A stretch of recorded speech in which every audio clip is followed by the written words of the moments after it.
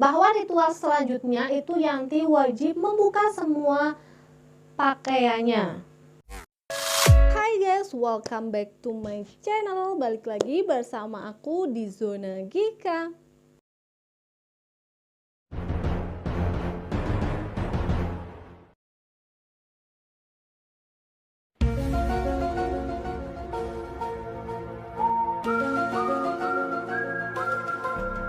Oke, mungkin kita udah nggak asing lagi dengan mempercantik diri kita atau memperlancar urusan rezeki itu dengan kita mendatangi ke orang pintar atau dukun. Mungkin itu bagi kita orang Indonesia khususnya itu udah bukan rahasia umum lagi, karena mungkin sampai sekarang itu pun masih terjadi. Oke, jadi untuk kali ini kita akan bahas mengenai dukun yang legendaris karena dia tuh membunuh 42 pasien perempuannya agar ilmunya lebih kuat lagi atau lebih hebat lagi. Kira-kira siapa sih dukun ini? Dan bagaimana sih kejadiannya sampai akhirnya kasus ini bisa terbongkar?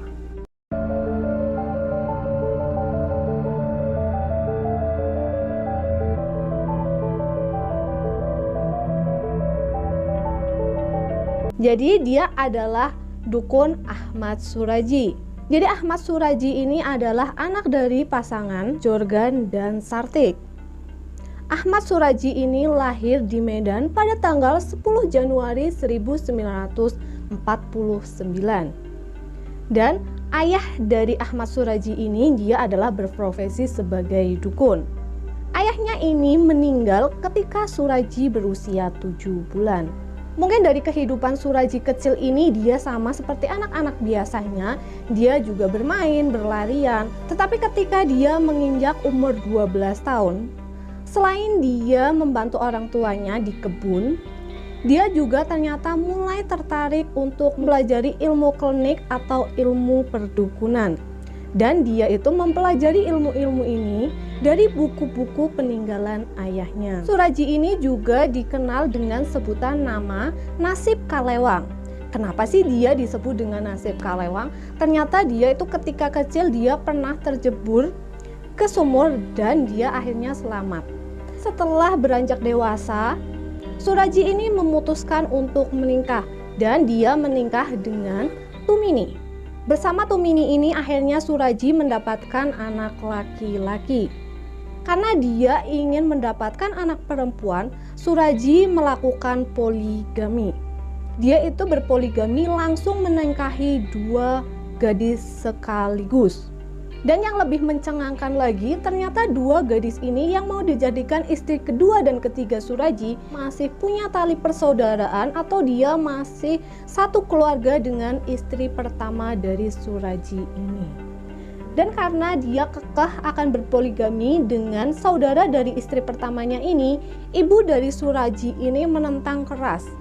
Akhirnya ibunya ini sampai diusir dari rumah Suraji. Setelah Suraji ini melakukan poligami, kehidupan dari Suraji ini langsung berubah 180 derajat. Pada saat bersamaan, Suraji ini semakin getol dan semakin semangat untuk mempelajari ilmu klinik atau ilmu perdukunannya. Apalagi ditambah, ayahnya ini sering mendatangi dia melalui mimpinya, dan di dalam mimpi ayahnya ini mengajari berbagai ilmu kesaktiannya dulu.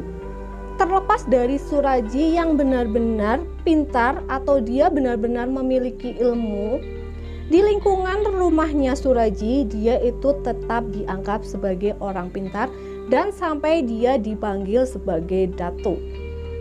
Kemudian suatu malam ayahnya ini datang kembali di mimpinya dan ayahnya mengatakan bahwa kalau Suraji ingin memperkuat ilmunya agar lebih hebat lagi, Suraji harus mengorbankan 72 orang perempuan.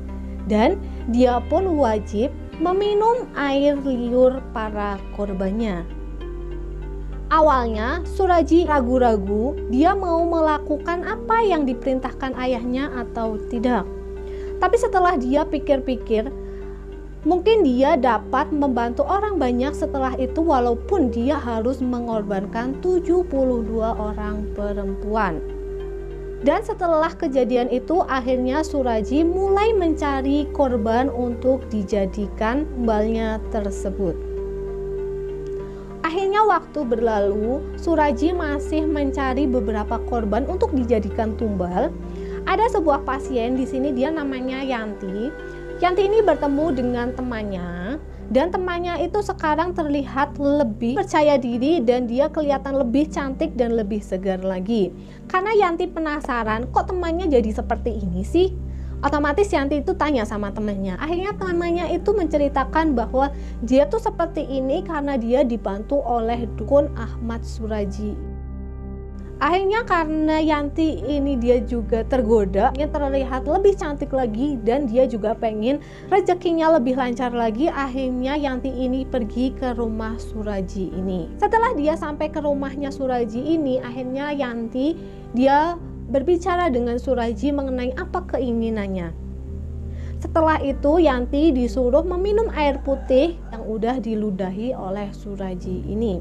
Selanjutnya Suraji ini mengatakan bahwa ritual selanjutnya akan dilakukan pada malam harinya yang berlokasi di ladang tebu. Setelah malam hari tiba, akhirnya Yanti mendatangi ladang tebu tersebut dan di sana udah ada dukun Suraji ini. Kemudian di situ dukun Suraji ini mengatakan bahwa ritual selanjutnya itu Yanti wajib membuka semua pakaiannya. Awalnya Yanti ini ragu-ragu, tapi karena dia juga menginginkan kecantikan dan rezeki yang lebih lancar lagi, akhirnya Yanti menuruti apa kata dari Suraji ini.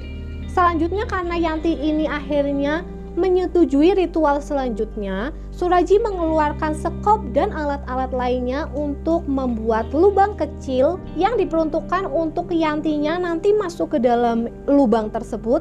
Dan itu dilakukan sebatas leher Yanti. Dan menurut Pak Suraji, ini tuh dinamakan tapa pendem. Setelah mendengarkan penjelasan dari Pak Suraji ini, Yanti ragu-ragu kembali. Kemudian Pak Suraji ini akhirnya menerangkan kembali apa yang akan dilaksanakan dan apa yang akan didapatkan Yanti ketika dia mau melakukan hal tersebut. Karena Yanti di sini masih curiga dan masih ragu-ragu dengan apa yang akan dilakukan selanjutnya. Akhirnya Pak Suraji ini tiba-tiba dia langsung membekam mulut Yanti dengan sangat kencang. Dan secara refleks Yanti ini langsung mendorong Pak Suraji karena dia pikir bahwa Pak Suraji ini akan memperkosanya. Karena Yanti ini mendorong Pak Suraji dan akhirnya Pak Suraji ini malah jatuh ke lubang yang harusnya Yanti masuk ke dalam itu. Dan secara spontan Yanti langsung mengambil baju dan dia memakai bajunya dan dia langsung pergi seketika itu juga. Sesampainya di rumah, Yanti ini tidak menceritakan kejadian ini ke siapapun. Karena mungkin di sini Yanti juga niatnya, ya siapa sih yang mau cerita-cerita kalau dia habis ke dukun terus melakukan ritual yang ingin mempercantik diri dan memperlancar rezeki. Mungkin dia berpikir seperti itu. Setelah berselang lama dari kejadian Yanti ini, akhirnya pada tanggal 27 April 1997, seorang pemuda menemukan mayat perempuan di ladang tebu. Suasana ini bertambah panas, apalagi ketika didengar bahwa warga di situ ada yang telah menghilang 3 hari dan dia belum ditemukan. Warga ini yaitu bernama Sri Kemala Dewi atau biasa disebut Dewi. Dia berusia 21 tahun. Jadi setelah kejadian ini akhirnya polisi mulai mencari informasi kira-kira ini mayat siapa sih? Ternyata setelah diselidiki mayat ini beneran Dewi yang hilang 3 hari tersebut. Polisi dan warga awalnya mencurigai suami dari Dewi tersebut. Dewi ini sempat bertengkar hebat dengan suaminya ini dan sampai-sampai suaminya dan Dewi ini pisah rumah. Tapi polisi nggak langsung menetapkan suaminya ini sebagai tersangka karena emang nggak ada barang bukti sama sekali untuk menunjuk bahwa suaminya ini membunuh Dewi tersebut. Kemudian polisi masih mencari informasi mengenai kejadian kematian Dewi ini. Tapi setelah beberapa waktu ternyata polisi tidak menemukan bukti apapun mengenai kematian Dewi ini. Akhirnya penyelidikan mengenai kematian Dewi ini dihentikan oleh kepolisian. Akhirnya suatu waktu ada seorang pemuda, dia bernama Andre, dan pemuda ini dia mengaku bahwa pada hari kejadian Dewi menghilang, ternyata pemuda ini mengantar Dewi ke rumah dukun Suraji. Karena dapat laporan dari pemuda ini, akhirnya polisi mendatangi dukun Suraji ini ke rumahnya. Ketika Suraji ini ditanya sama polisi, dia mengaku bahwa ya benar, Dewi itu ketika hari itu dia datang ke rumahnya. Tapi setelah maghrib, Dewi ini pulang ke rumahnya. Tapi polisi nggak sampai situ aja, mengiyakan apa yang dikatakan Suraji. Akhirnya polisi itu menggeledah rumah dari Suraji tersebut. Ketika penggeledahan dilaksanakan, ternyata ditemukan banyak baju dan perhiasan perempuan. Dan salah satunya yaitu ada baju dan perhiasannya milik Dewi. Akhirnya pada saat itu juga Suraji dan 3 istrinya langsung dibawa ke kantor polisi. Setelah dilaksanakan interogasi, akhirnya Suraji mengakui bahwa telah membunuh Dewi. Setelah diinterogasi lebih lanjut lagi, Suraji mengaku telah membunuh 16 perempuan. Tapi setelah dilakukan beberapa pertanyaan ulang, akhirnya Suraji mengaku totalnya ada 42 perempuan yang telah dibunuhnya.